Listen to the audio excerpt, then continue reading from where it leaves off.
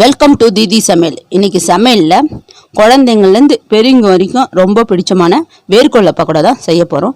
அது எப்படி செய்யலான்னு பார்க்கலாம் வாங்க. முதல்ல வேர்க்கடலை எடுத்துக்குவோம். இதோட அளவு வந்து 250 கிராம். இதை நல்லா தண்ணி ஊற்றி நல்லா கழுவிடுங்க. தண்ணி ஊற்றி நல்லா நல்லா கழுவிட்டு ஒரு வடித்தட்டில் எடுத்து வடிச்சுக்கோங்க. எடுத்து போட்டு தண்ணி இல்லாமல் வடித்து எடுத்துக்குவோம்.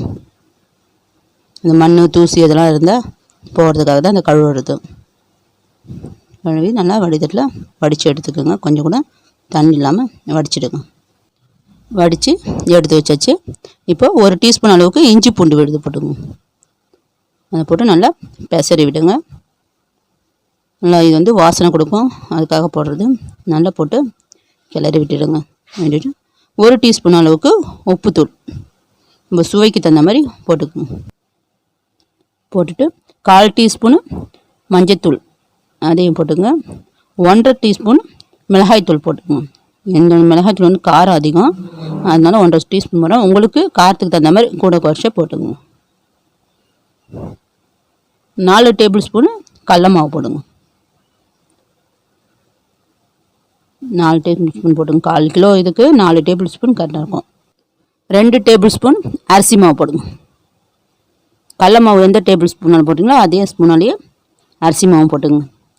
1/2 டேபிள் ஸ்பூன் சாட் மசாலா அது போட்டுங்க. ஒரு 1/2 டேபிள் ஸ்பூன் கரம் மசாலா அதையும் போட்டுங்க. போட்டு நல்லா பெசரி விடுங்க.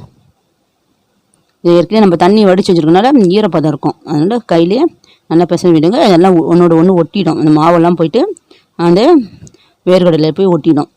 அப்படி உங்களுக்கு பத்தலைனாக்கா லைட்டாக தெளித்து விட்டுக்குங்க தண்ணி. எனக்கு எது சரியாக இருந்துச்சு, உங்களுக்கு பத்தலைன்னா நீங்கள் தெளித்து விட்டுங்க. உதிரியாக தான் இருக்கணும். அது பண்ணும்போது நல்லா அதிலே போய் நல்லா ஒட்டிடும். இந்த மாவெல்லாம் பாருங்கள் உதிராக இருக்குது. ஒரு அடுப்பத்தை வச்சு அதில் கொஞ்சமாக எண்ணெய் விட்டு அதை சூடுபடுத்திக்கோங்க. நல்லா சூடானதுக்கப்புறம் மீடியம் ஃப்ளேமில் வச்சு அந்த வேர்க்கடலை எடுத்து கொஞ்சம் ஒன்று ஒன்றா உதிர்த்த மாதிரி போட்டு விடுங்க. நான் இதில் கொஞ்சமாக தான் எண்ணெய் விட்டுருக்கேன், அதுக்கு தகுந்த மாதிரி போட்டு பொரிச்சிக்கணும். நீங்கள் எந்த அளவுக்கு எண்ணெய் விட்டுறீங்களோ அதுக்கு தகுந்த மாதிரி வேர்க்கடலை இதை போட்டு பொரிச்சு எடுத்துக்கோங்க. மீடியம் ஃப்ளேம்லேயே தான் இருக்கணும். இதில் நான் சாட் மசாலா போட்டிருக்கேன். சாட் மசாலா போட்டிங்கன்னா நல்லா புளிப்பு சுவை, இந்த காரம் உப்பு இதெல்லாம் சேர்ந்து நல்லா சாப்பிட்றதுக்கு ரொம்ப டேஸ்ட்டாக இருக்கும். உங்களுக்கு சாட் மசாலா கடையில் கிடைக்கும். அப்படி கிடைக்கலன்னா நம்ம வீட்லேயே அதை தயார் பண்ணிக்கலாம். அது எப்படி பண்ணலான்ட்டு நான் இன்னும் நெக்ஸ்ட் வீடியோ போடுறேன். நம்ம பசங்களாம் ஸ்நாக்ஸ் வேணும்னு கேட்டாங்கன்னா நம்ம வீட்லேயே நம்ம செஞ்சு கொடுத்துடலாம். நம்ம ஃப்ரெஷ்ஷாகவும் ஹைஜீனிக்காகவும் இருக்கும். எல்லாத்தையும் நம்ம எப்படி செய்யறதுன்னு தெரிஞ்சு வச்சுக்கிட்டோம்னா எந்த சமயத்தில் எதை கேட்டாலும் நம்ம செஞ்சு கொடுத்துடலாம். உங்களுக்கு நல்லா வெந்துடுச்சு, பரட்டி விடுங்க. அப்போ தான் நல்லா கிரிப்பாக இருக்கும், சாப்பிட்றதுக்கும் நல்லா டேஸ்ட்டாக இருக்கும். நல்லா கொஞ்ச நேரம் வேகட்டும். இதே மெத்தடில் நம்ம பசங்க எந்தெந்த காயெல்லாம் விரும்பி சாப்பிட மாட்டாங்களோ அந்த காய்களை கூட இதே மாதிரி மசாலாலாம் போட்டு பொரிச்சு கொடுத்தோன்னா அவங்க சாப்பாட்டுக்கு சைட் டிஷ்ஷாக கூட சாப்பிட்டுக்குவாங்க. எந்த காயும் வேணான்னு சொல்ல மாட்டாங்க. எல்லா விட்டமின்ஸும் உங்களுக்கு கிடைக்கும். நல்லா வெந்துடுச்சு. இப்போ வந்து எண்ணெயை வடிச்சிட்டு ஒரு பிளேட்டுக்கு மாற்றிடுவோம். எல்லாத்தையும் எடுத்து ஒரு பிளேட்டில் மாற்றிடுங்க.